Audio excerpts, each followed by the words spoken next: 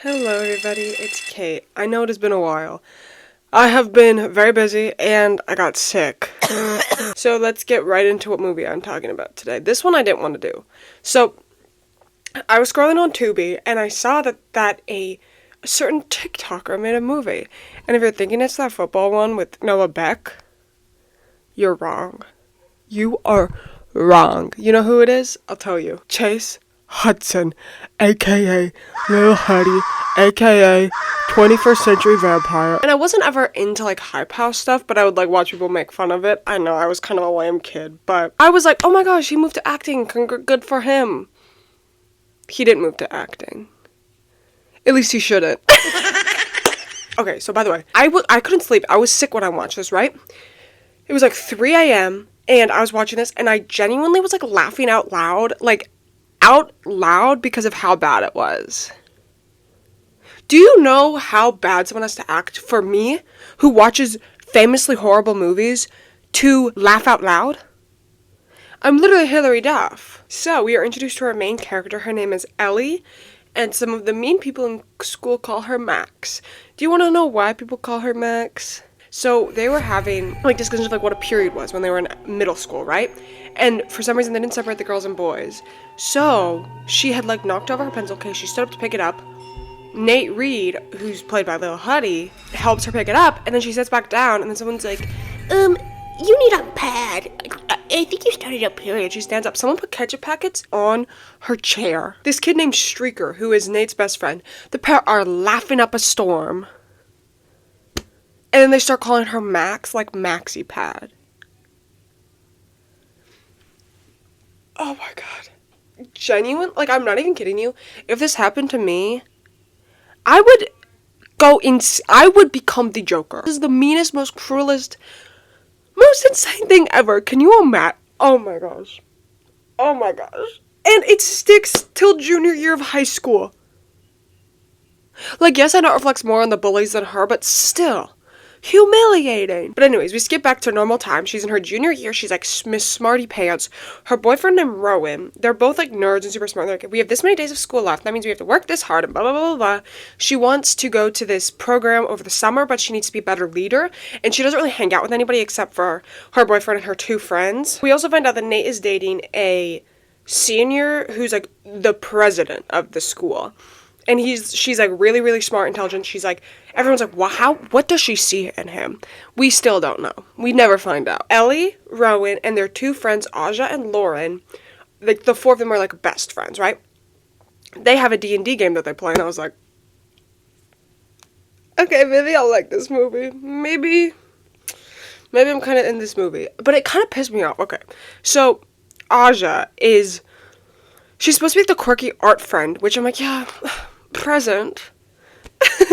But apparently they've never played before because she wants to play one of the NPCs. And she gets like mad that she can't, and I was like, wait, I want to play the old man. What? No. What? Why not? 16. Because that's not how the game works. The DM controls the NPCs. Who cares how the game works? I have a fun old man voice. if I was the DM, I would be like, you're out of the game. You're out of the game, you idiot. You play your own character and that's it. And Ellie's like, I literally set this up. Her boyfriend, Rowan, randomly is like, I want to run for student president. And they had talked about it a little bit earlier. And Ellie was like, you can't. It's a popularity contest and you're going to get, like, humiliated because the most popular person in school is going to get it, like, always, right? And you know what? She goes on a rant about, like, how he shouldn't, and it's a stupid idea, and you're going to get your heart broken, and you're going to get humiliated, blah, blah, blah. And he's like, I'm done. And she's like, with the game, and he's like, with us. And he leaves and they break up. So then she goes to the diner because she's upset. And while this is happening, Nate Reed's girlfriend breaks up with him because he doesn't do anything, I guess. Like, he's not, like, in any school clubs, or he doesn't what's the word I'm thinking of? Not push himself. Do stuff with his life, right? He's a junior in high school. He does nothing. They've been dating for 4 years. Then, like, they both go to the diner because he's really upset. He eats a calzone. He's, like, chomping so loudly, and she's like, can you stop? And he's like, what? And it's like, oh, I'm sorry. Did you get your heart broken by the love of your life? And he's like, well, yeah.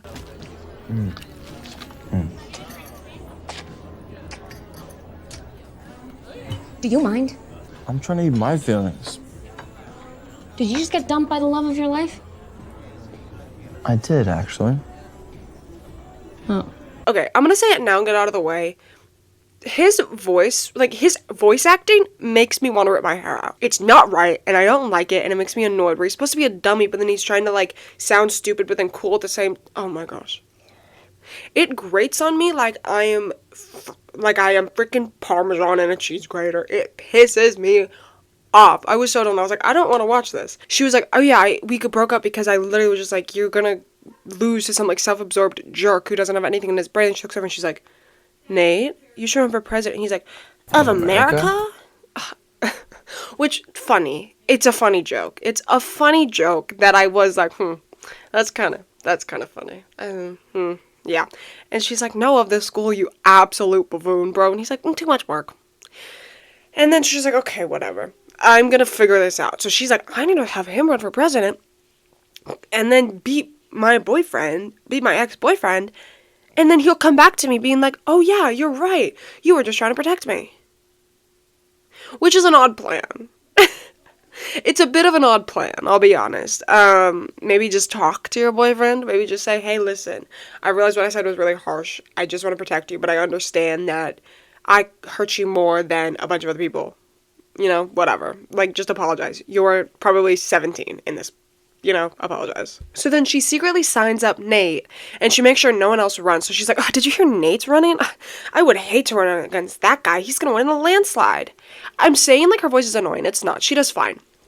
But then Nate sees that he's running. So then, like, he finds her and is like, hey, listen, like, you need to help me. Like, you be my campaign manager. And she's like, no. And he's like, I can't do it on my own. And he talks like that the whole movie. I would do a better job playing Nate. Get me a brown wig and I'll do it. And then he's like, oh yeah, like if you're my campaign manager, Rowan's gonna be so jealous that you're near me. And then she's like, Rowan's not the jealous type. Like, he's not like that. And he's like, around me, every guy's the jealous type. Rowan's not the jealous type. Allie, trust me. When I'm around, every guy's the jealous type. It's so I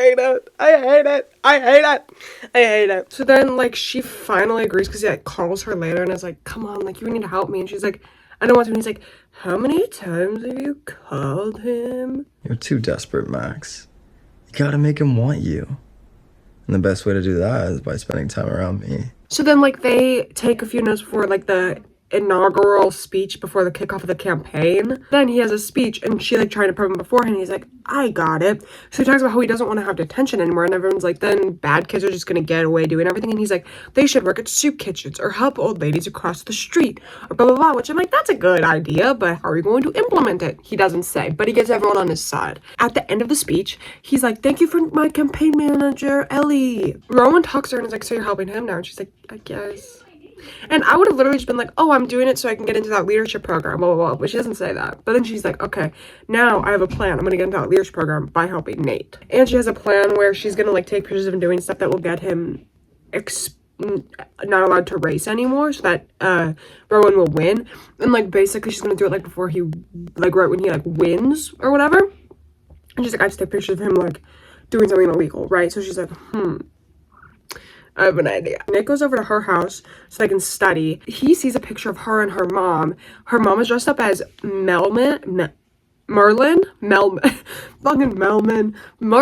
from Finding Nemo. And she's like, yeah, that was the last birthday my mom ever planned. He is like nice about it. I mean, why would you not be nice about someone talking about their dead mother?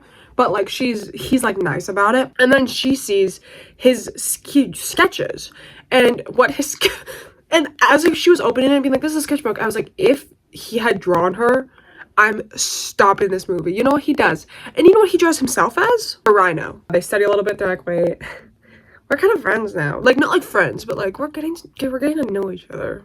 She gets invited to a party at, what the heck is his name? What's his name? Streaker.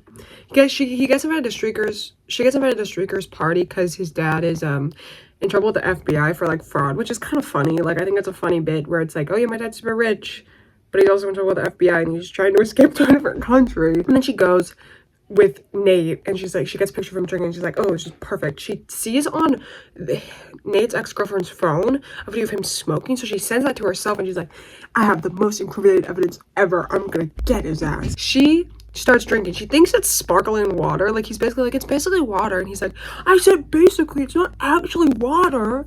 And she gets drunk and vomits on his feet. And, okay, so I watched this when I was sick. Like, so sick in bed. I couldn't sleep. I was super nauseous. I was like nearly vomiting, right?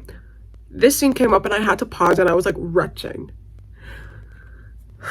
Also, right before she vomits on his feet, they're about to kiss, but then she throws up all over his feet. I would say that's romantic. So then, like, he comes and he's in like a full button up, button to the top. His hair combed back, and she's like, you look pretty. And he's like, what? And she's like, pretty polished.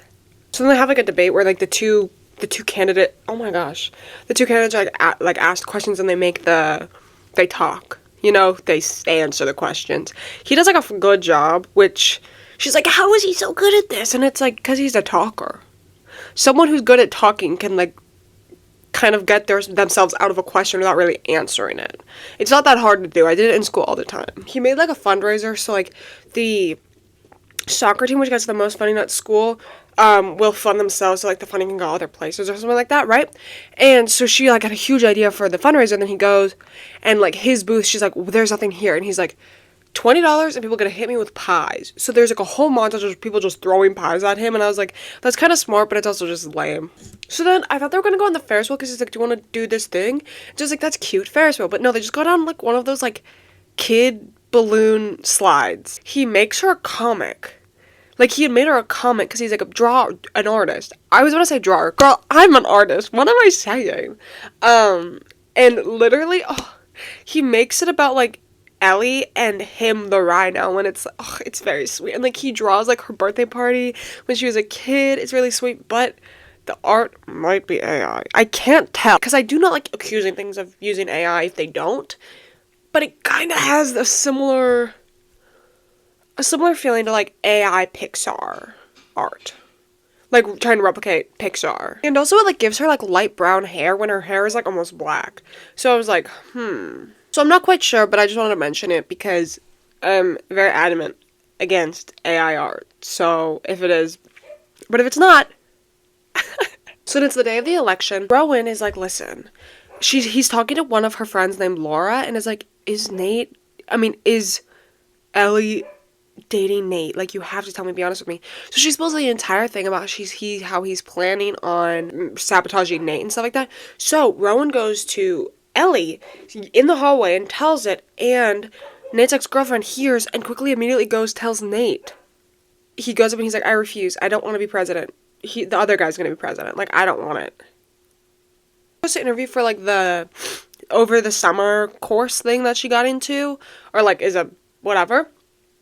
And then she's like, I don't want to do this. So she leaves, and she sees like a college fair, and she's this over summer program for like this art thing, and she's like, this would be perfect for Nate. So she sends in the comic book, and it's okay. That's a very sweet part. Like, but I would also be like pissed if someone like sent my art to like an institution and be like, hey, listen, that's personal, buddy. So it's like the end of school, right, for the year, and Nate goes up to Ellie and is like, hey, I got this letter of acceptance to this art program that I didn't go into, and then she's like, listen, I submitted your thing and I pretended to be you and made an application.